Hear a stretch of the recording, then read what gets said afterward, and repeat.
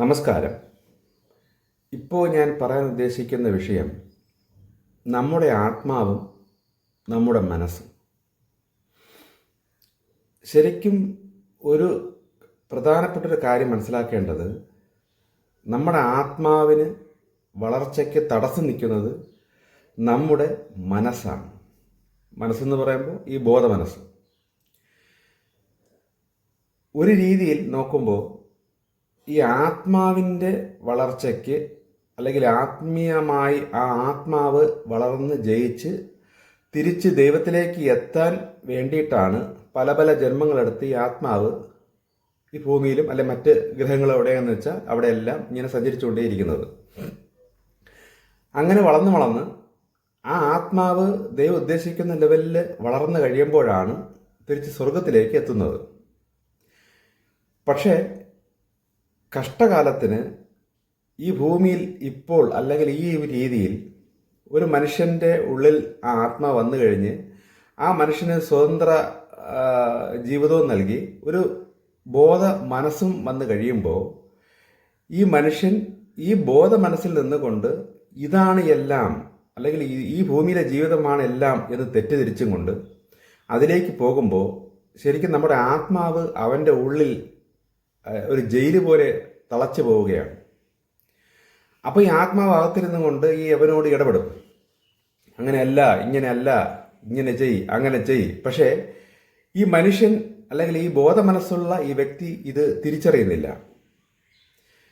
ഇതോടൊപ്പം തന്നെ ഈ ആത്മാവിനെ ജയിക്കാൻ സമ്മതിക്കാതെ ചില നെഗറ്റീവ് ശക്തികൾ ഈ ബോധത്തിൽ നിൽക്കുന്ന ഈ മനുഷ്യനെ പ്രലോഭിച്ചും സ്വാധീനിച്ചും കൂടുതൽ കൂടുതൽ ബോധത്തിലേക്ക്, ഭൗതികത്തിലേക്ക് അവനെ വലിച്ചിറക്കിക്കൊണ്ടേയിരിക്കും. ഇങ്ങനെ സംഭവിക്കുമ്പോഴെല്ലാം നമ്മുടെ ആത്മാവ് കൂടുതൽ വിഷമിക്കുകയും പ്രതികരിക്കാൻ പറ്റാതെ ആകെ വലയുകയും ചെയ്യും. അപ്പോൾ ഈ ആത്മാവ് എന്ത് ചെയ്യുമെന്ന് വെച്ചാൽ, ഇവൻ ഉറങ്ങിക്കിടക്കുന്ന സമയത്തും, അല്ലെങ്കിൽ ഇവൻ അതീവ കോൺസെൻട്രേഷനിലൊക്കെ എന്തെങ്കിലും ചിന്തിച്ചുകൊണ്ടിരിക്കുന്ന സമയത്തൊക്കെ ഈ ആത്മാവ് ചില നിർദ്ദേശങ്ങളും ഒക്കെ ഈ ബോധത്തിൽ നിൽക്കുന്ന, അല്ലെങ്കിൽ ബോധ മനസ്സിൽ നിൽക്കുന്ന ഈ മനുഷ്യനോട് ഇടപെട്ടുകൊണ്ടേയിരിക്കും. പക്ഷേ എപ്പോഴാണ് അവൻ അതീവ കോൺസെൻട്രേഷനിൽ ഏതെങ്കിലും വിഷയത്തിൽ അങ്ങനെ കോൺസെൻട്രേറ്റ് ചെയ്ത് വരുമ്പോൾ ആ സമയത്ത് മാത്രമേ ഈ ബോധ മനസ്സിലൂടെ ആത്മാവിനെ ഇവൻ്റെ അടുത്ത് ഇടപെടാൻ കഴിയുകയുള്ളൂ. ഇതെല്ലാം ശരിക്കും ഈ ഒരു ആത്മാവിൻ്റെ പരീക്ഷണമാണ്. ശരിക്കും അവിടെ പരീക്ഷിക്കപ്പെടുന്നത് ആത്മാവാണ്. കാരണം ഈ ദൈവം നൽകിയ, അല്ലെങ്കിൽ പ്രപഞ്ചം നൽകിയ അടുത്ത ഒരു പരീക്ഷണ ആ ശാല ശരിക്കും ഈ ഭൂമിയിലെ ഈ മനുഷ്യൻ്റെ ഉള്ളിൽ നിന്ന് വേണം നമ്മൾ ആ ആത്മാവിന് ജയിച്ച് വരാൻ. അപ്പോൾ ആത്മാവിനൊരു മീഡിയം വേണം. എന്തെങ്കിലും കാര്യം ദൈവത്തിന് മുമ്പിൽ ജയിച്ച് കാണിച്ച് മുന്നോട്ട് വരാൻ ഒരു മീഡിയം വേണം. ആ താൽക്കാലികമായി കിട്ടിയ മീഡിയമാണ് ഇപ്പോൾ കിട്ടിയ ഈ ജന്മം. അപ്പോൾ ആ ജന്മത്തിനകത്ത് ഈ ആത്മാവ് നിന്നും കൊണ്ട് യവനിലൂടെ വേണം അത് പലതും ജയിച്ച് കാണിച്ച്, അല്ലെങ്കിൽ അത് ചെയ്ത് കാണിച്ച് ഈ മോക്ഷം, അല്ലെങ്കിൽ ഈ മുക്തിയിലേക്ക് പോകേണ്ടത്. പക്ഷെ നിർഭാഗ്യവശാൽ ഈ ഇരിക്കുന്ന വ്യക്തി ഭൗതികത്തിലോട്ട് അതീവ ആകർഷിതനായി അതിലോട്ട് പോകും തോറും ആത്മാവിനൊന്നും ചെയ്യാൻ കഴിയാത്ത ഒരു ലെവലിലേക്ക് വരും. നമ്മുടെ ആത്മാവ് തന്നെ ഒരു സമയത്ത് നമ്മുടെ ശത്രുവായും മാറും. നമുക്ക് വരുന്ന പല വിഷയങ്ങളും, പ്രശ്നങ്ങളും, വിഷമങ്ങളും, ഇതെല്ലാം ആത്മാവ് നമുക്ക് എതിരായി വരുമ്പോൾ കൂടെ അങ്ങനെയും സംഭവിക്കുന്നുണ്ട്.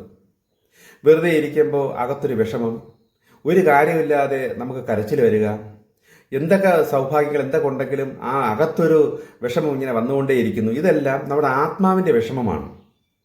കാരണം ആത്മാവിന് ഇനി പലതും ഈ ജയിച്ച് തീർക്കാനുണ്ട് ഈ ജന്മത്തിൽ. പക്ഷേ ഈ വ്യക്തി പ്രായമായി ഒരു ലെവലായി മാറിക്കൊണ്ടിരിക്കും തോറും ഈ ഉദ്ദേശിക്കുന്ന ലെവലിൽ ഈ വ്യക്തിയിലൂടെ ആത്മാവിന് പലതും ചെയ്യാൻ കഴിയുന്നില്ല. ഞാനീ പറയുന്ന കാര്യങ്ങൾ കുറച്ചും കൂടെയൊക്കെ ആഴത്തിലുള്ള കാര്യമാണ്.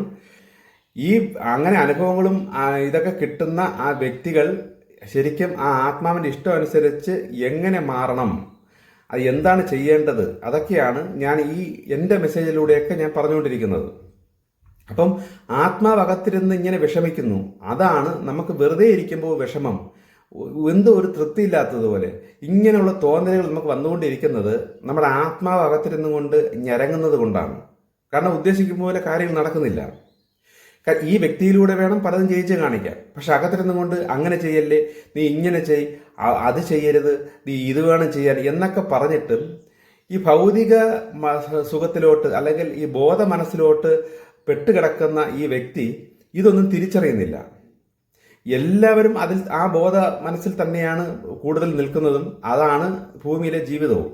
പക്ഷേ ആത്മാവിനെ അനുസരിച്ച് ആരാണോ ആ ആത്മാവിനെ തിരിച്ചറിഞ്ഞ് ആ ബോധത്തിൽ നിന്ന് മാറി ഉപബോധത്തിലോട്ട് അല്ലെങ്കിൽ ആത്മാവിൻ്റെ ഇഷ്ടത്തിലോട്ട് വരുമ്പോൾ അവരെ മാത്രമേ ഈ ആത്മാവിന് പൂർണ്ണമായി ഉപയോഗിക്കാൻ പറ്റുള്ളൂ.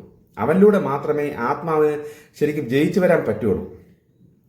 ഇത് ആത്മാവിൻ്റെ ഒരു പരീക്ഷണം. അപ്പോൾ ഈ ആത്മാവ് പല വഴിയിലൂടെയും ഇത് അവനെ അറിയിച്ചുകൊണ്ടേയിരിക്കും. നീ ഇതാണ് ചെയ്യേണ്ടത്, ഇങ്ങനെ വേണം ചെയ്യേണ്ടത്. പക്ഷെ ഈ മനുഷ്യനത് തിരിച്ചറിയുന്നില്ല. അവൻ എന്തൊക്കെ സ്വപ്നം കാണുന്നു, അല്ലെങ്കിൽ ഞാൻ ഉറക്കത്തിൽ എന്തൊക്കെ ഇങ്ങനെ കേട്ടു, എന്തോ ഞാൻ കണ്ടു, ഈ എന്തോ കണ്ടു എന്തോ കേട്ടു ഇതൊക്കെ കാണുമ്പോൾ ഈ വ്യക്തി വിചാരിക്കും, ഞാൻ മറ്റുള്ളവരിൽ നിന്ന് ഒരു വ്യത്യസ്തനാണ്, ഞാനെനിക്ക് ദൈവവുമായൊക്കെ ചെറിയ ബന്ധമുണ്ട്. കാരണം പല വ്യക്തികളും ദൈവവുമായി ബന്ധമുള്ള അവരുടെ അനുഭവങ്ങൾ ഇങ്ങനെയൊക്കെയാണ് അങ്ങനെയൊക്കെയാണ് എന്നൊക്കെ പറയുന്നുണ്ടല്ലോ. അപ്പോൾ എനിക്കും അങ്ങനത്തെ അനുഭവങ്ങളൊക്കെ ഉണ്ട്. അപ്പം ഞാൻ എന്തോ വ്യത്യസ്തനാണ് എന്നൊക്കെ തിരിച്ചറിഞ്ഞ് ഞാനൊരു ആത്മീയ നിൽക്കുന്ന വ്യക്തിയാണ് എന്നൊക്കെ മനസ്സിലായിട്ടുണ്ടെങ്കിൽ പോലും ആ ആത്മാവിന്റെ ഇഷ്ടം അനുസരിച്ച് ഇവൻ എന്താണ് ചെയ്യേണ്ടതെന്ന് തിരിച്ചറിഞ്ഞ് ചെയ്യുന്ന ലെവലിലേക്ക് ഇവൻ വരുന്നിട്ടില്ല. അപ്പൊ ഇങ്ങനെ വരാതിരിക്കുന്ന കാലത്തോളം ആത്മാവിന് ജയിക്കാൻ കഴിയില്ല. അപ്പൊ തിന്മയുടെ ശക്തികൾ ചെയ്യുന്ന മെയിൻ കാര്യം ഒരിക്കലും ഈ യവന്റെ അകത്തിരിക്കുന്ന ആത്മാവ് ജയിക്കരുത്. അതിനുവേണ്ടി യവന ആത്മാവ് ഉപയോഗിക്കുന്നത് പോലെ ഈ തിന്മയുടെ ശക്തിയും ഈ വ്യക്തിയെ ഉപയോഗിച്ച് തെറ്റിൽമേൽ തെറ്റിലേക്ക് കൊണ്ടുപോയിക്കൊണ്ടേയിരിക്കും. പക്ഷേ ഈ വ്യക്തി ചിന്തിക്കുന്നത് എന്താണ്, ഞാൻ വലിയ തെറ്റൊന്നും ചെയ്യുന്നില്ല, അങ്ങനെയൊന്നും ഞാൻ മറ്റുള്ളവർ പോലെയൊന്നും അല്ലല്ലോ എന്നൊക്കെ വിചാരിക്കും. പക്ഷേ ആത്മാവിന് വളരാൻ പറ്റാത്ത പല പ്രശ്നങ്ങളും ഈ ഭൗതികമായ അല്ലെങ്കിൽ ബോധ മനസ്സിൽ നിൽക്കുന്ന ഈ വ്യക്തിക്കുണ്ട്. പക്ഷെ അതെന്തൊക്കെയാണെന്ന് പലരും അങ്ങോട്ട് തിരിച്ചറിയുന്നില്ല. അപ്പം അതൊക്കെയാണ് ഞാൻ എൻ്റെ മെസ്സേജുകളിലൂടെ ഇങ്ങനെ പതുക്കെ പതുക്കെ പറഞ്ഞുകൊണ്ട് വരുന്നത്. ആദ്യം ചില അടിസ്ഥാന കാര്യങ്ങൾ, അതായത് ഈ ആത്മമണ്ഡലത്തിലും അല്ലെങ്കിൽ നമ്മുടെ അദൃശ്യ മണ്ഡലങ്ങളിൽ ഉള്ള ചില രഹസ്യങ്ങളും സത്യങ്ങളും നിങ്ങൾ തിരിച്ചറിഞ്ഞാൽ മാത്രമേ ഇനി ആത്മാവിന്റെ ഇഷ്ടങ്ങൾ എന്താണ്, അതായത് ദൈവത്തിന്റെ ഇഷ്ടങ്ങൾ എന്താണ്, അതൊക്കെ പറഞ്ഞാൽ നമുക്ക് ഗ്രഹിക്കാൻ പറ്റുള്ളൂ, അംഗീകരിക്കാൻ പറ്റുള്ളൂ. അതുകൊണ്ടാണ് ഞാൻ ആദ്യം ഈ അടിസ്ഥാന കാര്യങ്ങളെല്ലാം പറഞ്ഞുകൊണ്ടിരിക്കുന്നത്. ഇത് കഴിഞ്ഞിട്ട് ഓരോരോ ആത്മാവിന്റെ ഇഷ്ടങ്ങൾ ഞാൻ പറഞ്ഞു തുടങ്ങും. ഇപ്പം ഭൂമിയിൽ ഒരാൾ വിവാഹം കഴിച്ചാൽ ആത്മാവിന്റെ ഇഷ്ടപ്രകാരം, അല്ലെങ്കിൽ ഈ ആത്മാവിന്റെ ഇഷ്ടം എന്ന് പറയുന്നത് ദൈവത്തിന്റെ ഇഷ്ടമാണ്. കാരണം ദൈവത്തിന്റെ ഇഷ്ടം അതേപോലെ ചെയ്ത് ജയിക്കാനാണ് ഈ ആത്മാഭാഗത്തിരിക്കുന്നത്. അപ്പോൾ അതുകൊണ്ടാണ് ഈ ആത്മാവിന്റെ ഇഷ്ടവും ദൈവത്തിന്റെ ഇഷ്ടം എന്നൊക്കെ പറയുന്നത് രണ്ടും ഒന്നാണ്. അത് വിവാഹത്തിൽ എന്താണ്, കഴിക്കുന്ന ആഹാരങ്ങളിൽ എന്തൊക്കെയാണ് ആത്മാവിന്റെ ഇഷ്ടം, ഭാര്യ ഭർത്താവ് ബന്ധത്തിലുള്ള ആത്മാവിന്റെ ഇഷ്ടം എങ്ങനെയാണ്, മക്കളെ വളർത്തുന്നത് ഏത് രീതിയിലാണ്, അതിന്റെ ശരി എന്താണ്, സ്ത്രീകൾ പാലിക്കേണ്ട കാര്യങ്ങൾ എന്തൊക്കെയാണ്, പുരുഷന്മാർ പാലിക്കേണ്ട അടിസ്ഥാന കാര്യങ്ങൾ എന്തൊക്കെയാണ്, ഇങ്ങനെ പല പല മേഖലകളിൽ നമ്മളെ ഭൂമിയിലെ ജീവിതത്തിൽ ആത്മാവിന്റെ ഇഷ്ടം അനുസരിച്ച് നിൽക്കുന്ന ഒരു വ്യക്തിക്ക് മാത്രമേ, ആ വ്യക്തിയിലൂടെ മാത്രമേ ആത്മാവിന്റെ ഇഷ്ടങ്ങൾ ചെയ്ത് മുന്നോട്ട് പോകാൻ കഴിയുകയുള്ളൂ. ഭൗതികമായ രീതിയിൽ ഇതെല്ലാം തെറ്റി നിൽക്കുന്ന ഒരു വ്യക്തിക്ക് അകത്തിരുന്നും കൊണ്ട് ആത്മാവിന് ഒന്നും ചെയ്യാൻ കഴിയില്ല. വെറുതെ ചില ഇൻഫർമേഷൻസ്, ചില ദർശനങ്ങൾ പോലെയും ഇതുപോലെ അതുപോലെയൊക്കെ ചില മെസ്സേജുകൾ ഇങ്ങനെ നൽകിക്കൊണ്ടിരിക്കുന്നതല്ലാതെ അങ്ങോട്ട് ഒന്ന് ജയിച്ച് കയറാൻ കഴിയില്ല. തെളിവുകളാണ് നമുക്ക് കൂടുതൽ കിട്ടുന്നത്. നമ്മൾ ഈ ആത്മീയ മണ്ഡലത്തിൽ അല്ലെങ്കിൽ ഈ കാലഘട്ടത്തിൽ ആത്മീയ വളർച്ചയുള്ള അല്ലെങ്കിൽ ആത്മീയമായി വരേണ്ട വ്യക്തികൾ ഇഷ്ടം അനേകരുണ്ട്. കഴിഞ്ഞ കാലഘട്ടം പോലെയല്ല, ഒരുപാടുണ്ട്. പക്ഷെ അവർക്കൊക്കെ ഇതൊക്കെ ഇങ്ങനെയൊക്കെ ഉണ്ടെന്നും ഈ ആത്മാവിന്റെ ഇഷ്ടം അനുസരിച്ച് പോകണമെന്നും ചില അടയാളങ്ങൾ പോലെ ആത്മാവ് അവരോട് ഇടപെട്ടുകൊണ്ടേയിരിക്കുന്നു. പക്ഷെ ഇവരിതൊക്കെ മനസ്സിലാക്കിയിട്ടും ഇനി അടുത്ത് എന്താണ് ചെയ്യേണ്ടതെന്ന് അവർക്കറിയില്ല. അപ്പൊ അതിനുവേണ്ടി അവർ ആഴമായി വലിയ വലിയ ഗുരുക്കന്മാരെയൊക്കെ അന്വേഷിച്ച് ഇങ്ങനെ കറങ്ങി നടന്ന് കൂടുതൽ അറിവ് സമ്പാദിക്കുന്നതല്ലാതെ ശരിക്കും അടിസ്ഥാനപരമായി ചെയ്യേണ്ട ആ പ്രകൃതിയുടെ അടിസ്ഥാന നിയമങ്ങളും അവർക്ക് അറിഞ്ഞുകൂടാ, അവരത് ചെയ്യുന്നുമില്ല.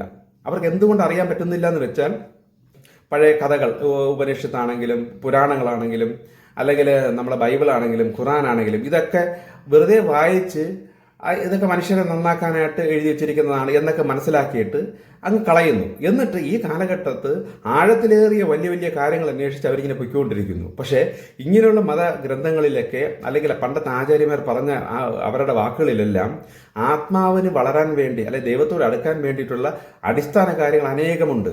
ഇതിൽ ഞാൻ നേരത്തെ പറഞ്ഞതുപോലെ വിവാഹത്തിന്റെ നിയമങ്ങളും കഴിക്കുന്ന ആഹാരത്തിന്റെ നിയമങ്ങൾ, ഒരു വ്യക്തി ജോലി ചെയ്യുമ്പോൾ നിയമങ്ങൾ, ഇങ്ങനെ ഒരുപാട് കാര്യങ്ങളെല്ലാം നമ്മൾ എങ്ങനെയാണ് ചെയ്യേണ്ടത് എന്നെല്ലാം ഈ പഴയ ആചാര്യന്മാർ തന്നെ എഴുതി വെച്ചിട്ടുണ്ട്, പറഞ്ഞു വെച്ചിട്ടുണ്ട്. പക്ഷെ ഈ വിധ കാര്യങ്ങളൊക്കെ വെറുതെ വായിച്ച് കളയുന്നതല്ലാതെ ആരും അങ്ങോട്ട് നിവർത്തിച്ച് കാണിക്കുന്നില്ല, അത് ചെയ്തു പോകുന്നില്ല. അതെന്തുകൊണ്ടെന്ന് വെച്ചാൽ ഈ കാലഘട്ടത്ത് ഈ തലമുറയിൽ ഈ പഴയ രീതിയിലുള്ള ആ ജീവിത രീതിയും അതെല്ലാം മാറ്റിമറിഞ്ഞു കിടക്കുകയാണ്. അപ്പൊ അതിനനുസരിച്ച് ഈ പഴയ ആ ദൈവികമായി പറഞ്ഞിരിക്കുന്ന രീതി അനുസരിച്ച് ഈ കാലഘട്ടത്ത് ഒരു വ്യക്തിക്കും ശരിക്കും പറഞ്ഞാൽ ഈ സാഹചര്യം കാരണം അങ്ങനെ ജീവിക്കാൻ കഴിയില്ല. പക്ഷെ അങ്ങനെയൊക്കെ ജീവിക്കണം എന്നാണ് എഴുതി വെച്ചിരിക്കുന്നത്. അപ്പൊ ഇവിടെ ഒരു പ്രശ്നമുണ്ട്. ഇതെന്തുകൊണ്ട് കഴിയുന്നില്ല? കാരണം തിന്മയുടെ ശക്തികൾ നമ്മുടെ സമൂഹത്തെയും നമ്മുടെ ഈ സാഹചര്യങ്ങളെല്ലാം നെഗറ്റീവിലാണ് വെച്ചിരിക്കുന്നത്. അപ്പം നമ്മൾ സ്വാഭാവികമായിട്ടും ഈ നെഗറ്റീവ് അനുസരിച്ച് ജീവിക്കേണ്ടതായി വരുന്നു. അപ്പം അങ്ങനെ ജീവിക്കേണ്ടതായി വരുമ്പോൾ നമുക്ക് നമ്മുടെ ആത്മാവിനെ ശക്തിയാക്കി എടുക്കാൻ നമുക്ക് സ്വാഭാവികമായിട്ടും സാഹചര്യം കൊണ്ട് കഴിയുന്നില്ല. അപ്പം ഇപ്പം ദൈവം എന്നിലൂടെ പറയുന്നത് എന്തെന്ന് വെച്ചാൽ, നമ്മൾ ആ ദൈവത്തിന്റെ നിയമം അല്ലെങ്കിൽ ദൈവം വെച്ചിരിക്കുന്ന ആ വ്യവസ്ഥ, പ്രകൃതിയുടെ ആ രീതി, മനുഷ്യന് വെച്ചിരിക്കുന്ന രീതികളുണ്ട്. ഇതനുസരിച്ച് മുന്നോട്ട് ആര് ജീവിക്കാൻ ശ്രമിക്കുന്നുവോ അവന് വേണ്ടി ദൈവം അവന്റെ സാഹചര്യങ്ങൾ മാറ്റിക്കൊടുക്കും. ഇപ്പൊ നമ്മളതിന് മടിക്കുന്ന മെയിൻ കാര്യമേ, ഇങ്ങനെ ചെയ്താൽ നമ്മൾ ഒറ്റപ്പെടും, അല്ല ഇങ്ങനെ ചെയ്താൽ എങ്ങനെ നാളത്തെ കാര്യങ്ങൾ എന്ത് ചെയ്യും, ഇങ്ങനെ ചെയ്യാം, അത് ഒരിക്കലും നമുക്കൊണ്ട് പറ്റൂല, അതൊക്കെ പണ്ടുള്ളവർ അങ്ങനെയൊക്കെ പറഞ്ഞിട്ടുണ്ടെങ്കിൽ ഈ കാലത്ത് പറ്റൂല എന്നൊക്കെ വിചാരിച്ചാണ് പലരും അതൊന്നും നോക്കാത്തതും ശ്രമിച്ചിട്ട് നടക്കാത്തതും. പക്ഷേ ദൈവം പറയുന്നു, ശ്രമിച്ചാൽ ദൈവം അതിനുള്ള സാഹചര്യങ്ങൾ ഒരുക്കുകയും അവരെ സഹായിക്കുകയും ചെയ്യും. കാരണം ഈ ആത്മീയ വളർച്ചയും അല്ലെങ്കിൽ ദൈവികമായ ഒരു ടച്ച് ഉള്ള പല വ്യക്തികൾക്കും മുന്നോട്ട് വളരാൻ പറ്റാതെ കുരുങ്ങി നിൽക്കുകയാണ്. പക്ഷെ അവർ ഈ കാര്യങ്ങൾ ചെയ്തു നോക്കണം. ഇങ്ങനെയുള്ള കാര്യങ്ങൾ ചെയ്യാൻ വേണ്ട ഫസ്റ്റ് ഘടകം ദൈവത്തിലുള്ള വിശ്വാസം. ഈ പലർക്കും ഈ വിശ്വാസം ഇല്ല. ദൈവം പറഞ്ഞു തരുന്ന കാര്യങ്ങളാണ്, പലർക്കും വിശ്വാസമില്ല. ദൈവമുണ്ട്, ഇതുണ്ട്, അതുണ്ട് എന്നൊക്കെ പറഞ്ഞ് നടക്കുന്നതല്ലാതെ സ്വന്തം ജീവിതത്തിൽ വിശ്വസിച്ച് ഒരു കാര്യവും അവർ ചെയ്യുന്നില്ല. എല്ലാവരും അവരവരുടെ ബുദ്ധിയിലും അവരുടെ കഴിവും അവരവരുടെ സാഹചര്യവും നോക്കിയാണ് പ്ലാൻ ചെയ്താണ് ഓരോ കാര്യങ്ങൾ ചെയ്തുകൊണ്ടിരിക്കുന്നത്. ശരിക്കും ആ ദൈവത്തെ വിശ്വസിച്ചും കൊണ്ട് നമ്മൾ രണ്ടും കൽപ്പിച്ച് പല കാര്യങ്ങളും ചെയ്തു നോക്കണം. അങ്ങനെ ചെയ്തു നോക്കുമ്പോഴാണ് പിന്നിൽ ഒരു അദൃശ്യമായ ഒരു സഹായം നമുക്കുണ്ടല്ലോ എന്ന് നമുക്ക് മനസ്സിലാകുന്നത്. അപ്പം അങ്ങനെ ചെയ്തു നോക്കുമ്പോൾ ആദ്യമൊക്കെ നമുക്ക് പരാജയം ഫീൽ ചെയ്യും. കാരണം തിന്മയുടെ ശക്തികൾ അതിന് അങ്ങോട്ട് അനുവദിക്കില്ല. പക്ഷെ അവിടെ നമ്മുടെ വിൽ പവറാണ് അവിടെ വേണ്ടത്. ഈ വിൽ പവർ ഇല്ലാതെ ഒരു കാര്യങ്ങളും ഈ കാലഘട്ടത്ത് ആത്മീയമായി ആർക്കും വളർന്നു കയറി വരാൻ കഴിയില്ല. വേണ്ടത് വിശ്വാസവും വിൽ പവറും. മരിക്കണമെങ്കിൽ മരിക്കട്ടെ, കൊല്ലണമെങ്കിൽ കൊല്ലട്ടെ, നഷ്ടപ്പെടട്ടെ, പക്ഷെ എനിക്ക് ആ ദൈവത്തിന്റെ ആ രീതിയിലോട്ട് എനിക്ക് പോയേ പറ്റൂ എന്ന വിൽ പവർ ആദ്യം എല്ലാവരും ഉണ്ടാക്കിയെടുക്കണം. കാരണം ഇതൊന്നും ആയി വരാതെയും ഈ വിധ കാര്യങ്ങളൊന്നും പറയാതെയും ഓരോരോ വ്യവസ്ഥകളിലേക്ക് പറയാൻ പറ്റില്ല. ദൈവത്തിന്റെ ആ നിയമങ്ങൾ അല്ലെങ്കിൽ ആ പ്രകൃതിയിൽ മനുഷ്യനെ വെച്ചിരിക്കുന്നതൊക്കെ എനിക്ക് പറയാൻ പറ്റില്ല. പക്ഷെ ഇത് പാലിക്കുന്ന ഒരു വ്യക്തിക്ക് ഈ ഭൂമിയിലെ കഷ്ടങ്ങളിൽ നിന്നെല്ലാം മോചിതമായി ദൈവം വെച്ചിരിക്കുന്ന ഭൂമിയിലെ സ്വർഗത്തിലേക്ക് അവന് കടക്കാൻ കഴിയുള്ളൂ. അതിന് വേണ്ടിയിട്ടാണ് ദൈവം ഈ അനേക വ്യക്തികൾക്ക് ആത്മീയ വളർച്ചയുള്ള ആത്മാക്കളെ അവരുടെ അകത്ത് വെച്ച് ഭൂമിയിൽ ജനിപ്പിച്ചിരിക്കുന്നത്. അപ്പം അവരെല്ലാം ദൈവത്തിന്റെ പ്ലാൻ പ്രകാരം ദൈവം വെച്ചിരിക്കുന്ന ആ സ്വർഗത്തിലേക്ക് ഭൂമിയിൽ കടക്കുകയും അവരിലൂടെ ഞാൻ പറഞ്ഞതുപോലെ ഒരു യുഗം, സത്യയുഗം ഭാവിയിൽ ഉണ്ടായി വരികയും ചെയ്യണം. പക്ഷെ ഇവരാരും ഇപ്പം ജയിച്ചു വരുന്നില്ല. എല്ലാവർക്കും അനുഭവങ്ങളുണ്ട്. ഓരോ ചില അമാനുഷികമായ ചില സാഹചര്യങ്ങളൊക്കെ അവർ അനുഭവപ്പെടുന്നുണ്ട്, അവരുടെ ശരീരത്തിൽ അനുഭവപ്പെടുന്നുണ്ട്. ഇതൊക്കെ ഉണ്ട്. പക്ഷെ ആരും അങ്ങോട്ട് കയറി ജയിച്ച് ആ ദൈവം വെച്ചിരിക്കുന്ന സുഖത്തിലേക്ക് അല്ലെങ്കിൽ സ്വർഗം എന്ന ഭൂമിയിലേക്ക് എത്തുന്നില്ല. അപ്പൊ അതിനുള്ള വഴികളാണ് ദൈവം എനിക്ക് പറഞ്ഞു തന്നുകൊണ്ടിരിക്കുന്നത്. അപ്പൊ ഈ വിധ കാര്യങ്ങൾ ഇതെല്ലാം അടിസ്ഥാനപരമായിട്ട് എന്തിനാണ് അവർക്ക് ഈ അനുഭവം, അത് എത്ര കണ്ട് നമ്മൾ എന്തൊക്കെയാണ് ചെയ്യുക, ഇങ്ങനെയുള്ള കാര്യങ്ങളെല്ലാം ഒന്ന് അറിഞ്ഞാൽ മാത്രമേ ശരിക്കും ദൈവം വെച്ചിരിക്കുന്ന ആ വ്യവസ്ഥകൾ പറഞ്ഞുതരാൻ പറ്റുള്ളൂ. അല്ലാതെ വ്യവസ്ഥകൾ ആദ്യമേ പറഞ്ഞു കഴിഞ്ഞാൽ യുവനിത് എന്തെന്ന് പറയുന്നത്, ഇതൊന്നും നമ്മളെ കൊണ്ട് പറഞ്ഞ കേസൊന്നുമില്ല, ഇതൊക്കെ നടക്കണ കാര്യം എന്ന് പറഞ്ഞ് തള്ളി മാറിപ്പൊക്കളയും. അപ്പം കുറേ ആത്മീയ കാര്യങ്ങൾ ഇതെല്ലാം നമ്മൾ അറിഞ്ഞിരിക്കണം. ശരിക്കും നമ്മൾ ഇപ്പോൾ നമ്മുടെ ആത്മാവിനെ നമ്മളെ ഇഷ്ടത്തിലാണ് കൊണ്ടുപോയിക്കൊണ്ടിരിക്കുന്നത്. ഇനി അത് തിരിച്ച് ആ ആത്മാവ് പവർഫുള്ളായിട്ട് ആത്മാവിൻ്റെ ഇഷ്ടത്തിൽ നമ്മളെ ആത്മാവ് നയിച്ചു കൊണ്ടുപോകുന്ന രീതിയിലേക്ക് നമ്മൾ എത്തണം. അങ്ങനെ എത്തുമ്പോഴാണ് നമ്മൾ ആത്മീയനായി മാറുന്നത്. ഇപ്പം നമ്മളിൽ നിൽക്കുന്ന ഈ അറിവും കാര്യങ്ങളും സമ്പാദിച്ചിരിക്കുന്നവർ മിക്കവരും ആത്മീയരല്ല. ആത്മീയൻ എന്ന് പറയുന്നത് ആത്മാവിനാൽ നയിക്കപ്പെടുന്നവർ എന്നാണ്. അപ്പോൾ ആത്മാവിൻ്റെ ഇഷ്ടം അനുസരിച്ച് നമ്മൾ എപ്പോഴാണോ ആ ജീവിതം മുന്നോട്ട് പോകുന്നത് അപ്പോഴാണ് നമ്മൾ ആത്മീയനാകുന്നത്. ഇപ്പം അറിവുകൾ സമ്പാദിച്ചുകൊണ്ടിരിക്കുന്നേ ഉള്ളൂ. ഇനി ആത്മാവിൻ്റെ ഇഷ്ടം അനുസരിച്ച് മുന്നോട്ട് പോകണം. അപ്പോൾ ആത്മാവിൻ്റെ ഇഷ്ടം എന്താണെന്നും ആത്മാവിൻ്റെ നിയോഗം എന്താണെന്നും നമ്മൾ തിരിച്ചറിയണം. അത് തിരിച്ചറിയുമ്പോൾ നമ്മൾ ആത്മാവിൻ്റെ ഇഷ്ടം അനുസരിച്ച് നമുക്ക് മുന്നോട്ട് പോകാൻ പറ്റും. പക്ഷേ ഇത് തിരിച്ചറിവും വരുന്നില്ല. കാരണം ആത്മാവിന് ചില അപൂർവ സന്ദർഭങ്ങളിൽ ചില ഇൻഫർമേഷൻസ്, ചില അനുഭവങ്ങൾ നമുക്ക് തന്ന് ആ ഒരു അടയാളങ്ങൾ തരുന്നതല്ലാതെ അങ്ങോട്ടും ഇങ്ങോട്ടും സംസാരിച്ച് ആ ഒരു ലെവലിലേക്ക് എത്തുന്നില്ല. പക്ഷേ ഈ മെഡിറ്റേഷൻ, അതായത് ഈ ധ്യാനം ഫുൾ കോൺസെൻട്രേറ്റ് ചെയ്തിട്ട് ബോധ മനസ്സിലിരിക്കവേ തന്നെ നമ്മുടെ ബോധ മനസ്സിനെ ഉറക്കി കിടത്തിയിട്ട് ഉപബോധ മനസ്സിനെ ഉണർത്തിക്കൊണ്ടുവന്ന് നമ്മൾ ആത്മാവിനെ പവർഫുൾ ആക്കുന്നതാണ് ഈ മെഡിറ്റേഷനും കാര്യങ്ങൾ ചെയ്യുന്നത്. ഇവിടെ എല്ലാവരും മെഡിറ്റേഷൻ ചെയ്യുന്നു, അത് ചെയ്യുന്നു, എല്ലാം ചെയ്യുന്നു, അനുഭവങ്ങൾ കിട്ടുന്നു, അത് കണ്ടു, ഇത് കണ്ടു, ഓക്കെ. പക്ഷേ അതിൻ്റെ പിന്നിലെ ഉദ്ദേശം എന്താണ്? ഇതിൻ്റെ പിന്നിലെ ഉദ്ദേശം ആത്മാവുമായി കമ്മ്യൂണിക്കേഷൻ. നമ്മൾ കാര്യങ്ങൾ ചോദിക്കുന്നു, നമ്മളെ ആത്മാവ് തിരിച്ച് നമുക്ക് മറുപടികൾ തരുന്നു, ചില ദർശനങ്ങൾ കാണിച്ച് നമ്മൾ എന്താണ് ചെയ്യേണ്ടതെന്ന് ഇങ്ങോട്ട് പറഞ്ഞു തരുന്നു. അതിന് വേണ്ടിയിട്ടാണ് ഈ മെഡിറ്റേഷനും ഈ ധ്യാനവും ഒക്കെ ചെയ്ത് നമ്മൾ ആ ഒരു ലെവലിലേക്ക് എത്തേണ്ടത്. വെറുതെ ഈ എത്തി നമ്മളെ ഭൗതികമായിട്ടുള്ള പല ടെൻഷനും കാര്യങ്ങളൊക്കെ മാറുന്നു. അതൊക്കെ ഒരു വശം, അങ്ങനെ ഇരിക്കുമ്പോൾ മാറും, കാരണം മറ്റു ചിന്ത വരുന്നില്ലല്ലോ. പക്ഷെ ദൈവം വെച്ചിരിക്കുന്ന പ്രധാന ഉദ്ദേശം നമ്മൾ ആത്മാവുമായി നമ്മൾ തന്നെ സംസാരിച്ച് നമ്മുടെ നിയോഗങ്ങൾ, അല്ലെങ്കിൽ നമ്മൾ എന്താണ് ചെയ്യേണ്ടത് ഇത് തിരിച്ചറിയണം. ഇനി അങ്ങോട്ടുള്ള കാലഘട്ടത്ത് തിന്മയുടെ ശക്തി ഭയങ്കരമായി പെരുകി തന്നെ വരും. ദൈവം അത് അലവ് ചെയ്യണതാണ്. കാരണം പോകണത്തോളം പോട്ടെ എന്ന് വിചാരിച്ച് ദൈവം തന്നെ അലവ് ചെയ്തിട്ട് ദൈവം തന്നെ അതിൽ നിന്ന് ജയിപ്പിക്കേണ്ടവരെ ജയിപ്പിച്ചു കൊണ്ടുവരും. ആ പ്രോസസ്സിലോട്ട് ഇനി അങ്ങോട്ട് കടന്നുകൊണ്ടിരിക്കുകയാണ്. അപ്പം ആ നെഗറ്റീവ് ശക്തിയിൽ ഇനിയും ശക്തി ആർജിക്കും. അപ്പം എന്ത് പറ്റുമെന്ന് വെച്ചാൽ ആത്മീയമായി ഈ ടച്ചുള്ളവരെ എല്ലാവരെയും നെഗറ്റീവ് ശക്തിയിൽ മാക്സിമം ട്രാപ്പ് ചെയ്ത് അവർ കുരുക്കിക്കൊണ്ടിരിക്കും. അപ്പം ഈ സന്ദർഭങ്ങളിൽ എങ്ങനെ അവർക്ക് മുന്നോട്ട് പോകാം എന്ന് വെച്ചാൽ അവരവരുടെ ആത്മാവുമായി കമ്മ്യൂണിക്കേഷൻ ചെയ്യുന്ന വിധത്തിലേക്ക് ഉയർന്നു വരണം. ഉയർന്നു വന്നിട്ട് ഓരോ കാര്യങ്ങളും, ഇപ്പം നാളെ ഞാൻ ഇന്നത് ചെയ്യണം, ഇത് ചെയ്യണം, അത് ചെയ്യണം, ഇത് എങ്ങനെ ചെയ്യട്ടെ എന്ന് നമ്മുടെ ഉള്ളിൽ തന്നെ നമ്മൾ ആത്മാവ് നമുക്ക് മറുപടി പറഞ്ഞു തരണം. നമ്മൾ ദൈവത്തോട് പ്രാർത്ഥിക്കുന്നു, ദൈവത്തോട് ചോദിക്കുന്നു, തിരിച്ച് മറുപടി തരേണ്ടതാരാണ്? ആ ദൈവിക ശക്തി അല്ലെങ്കിൽ ആ അദൃശ്യ ശക്തി നമ്മൾ ആത്മാവിലൂടെ വേണം തിരിച്ച് സംസാരിച്ച് തരാൻ. അപ്പം നമ്മൾ ദിവസവും ധ്യാനിച്ചിട്ട് അന്നുള്ള കാര്യങ്ങൾ, ഞാൻ എന്ത് ചെയ്യണം, ഇന്നിങ്ങനെ ചില വിഷയങ്ങളുണ്ട്, ഞാനത് ചെയ്യണോ, അത് ചെയ്യണ്ടേ, പോണ്ടേ, ഇതെല്ലാം തിരിച്ച് ചോദിച്ചും പറഞ്ഞും മനസ്സിലാക്കി വേണം ഇനി ഓരോ ചുവടുകളും മുന്നോട്ട് വയ്ക്കാൻ. ആ ഒരു ലെവലിലേക്ക് നിങ്ങൾ എത്തിക്കൽ ആണ് ദൈവം എനിക്ക് തന്ന ജോലി. അപ്പം അതിന് വേണ്ടിയിട്ടാണ് ഞാൻ ഈ വിധ അടിസ്ഥാന കാര്യങ്ങളെല്ലാം നിങ്ങൾക്ക് ഞാൻ അറിയിച്ചുകൊണ്ടിരിക്കുന്നത്. അപ്പോൾ ഈ സത്യങ്ങളെല്ലാം തിരിച്ചറിയും തോറും നിങ്ങൾ ആത്മാവ് പവർഫുൾ ആയിക്കൊണ്ടിരിക്കും. കാരണം അല്ലെങ്കിൽ ഇനി അങ്ങോട്ടുള്ള ജീവിതത്തിൽ നമ്മൾ പെട്ടുപോകും. കാരണം നമ്മൾ കുരുങ്ങിപ്പോവും. നമ്മളെന്ന് ഉദ്ദേശിക്കുന്നത് ഈ ആത്മീയമായി ദൈവികമായി വരുന്ന ആ ഒരു സമൂഹത്തിന് കാര്യമാണ് പറയുന്നത്. നിരീശ്വരവാദമോ ഒക്കെ പറഞ്ഞു കിടക്കുന്ന അവരുടെ കാര്യങ്ങളല്ല ഞാനീ പറയുന്നത്. ദൈവത്തെ വിഷയങ്ങളും പ്രശ്നങ്ങളൊക്കെ വരുമ്പം അതിനുവേണ്ടി അതെങ്ങനെ സോൾവ് ചെയ്യാം, അതിനുവേണ്ടി മാത്രം ദൈവത്തെ കണ്ടുപിടിക്കുകയും ദൈവത്തെ അന്വേഷിക്കുകയും ആൾക്കാരുടെ കാര്യവും അല്ല ഞാൻ പറയുന്നത്. ഇങ്ങനെയുള്ള ആത്മീയ അനുഭവങ്ങൾ, ഈ അദൃശ്യമായ ചില അനുഭവങ്ങളും ചില ദർശനങ്ങളും മെഡിറ്റേഷനിലൂടെ ചില കാര്യങ്ങളൊക്കെ കാണാൻ കഴിയുന്ന ലെവലിലും ഒക്കെ വരുന്ന ആ ആത്മീയരുടെ കാര്യങ്ങളാണ് ഞാനീ പറഞ്ഞുകൊണ്ടിരിക്കുന്നത്. അവരിനിയും വളരണം. അപ്പോൾ വളർന്നതിൻ്റെ പിന്നിലെ ഉദ്ദേശം ഇതാണ്.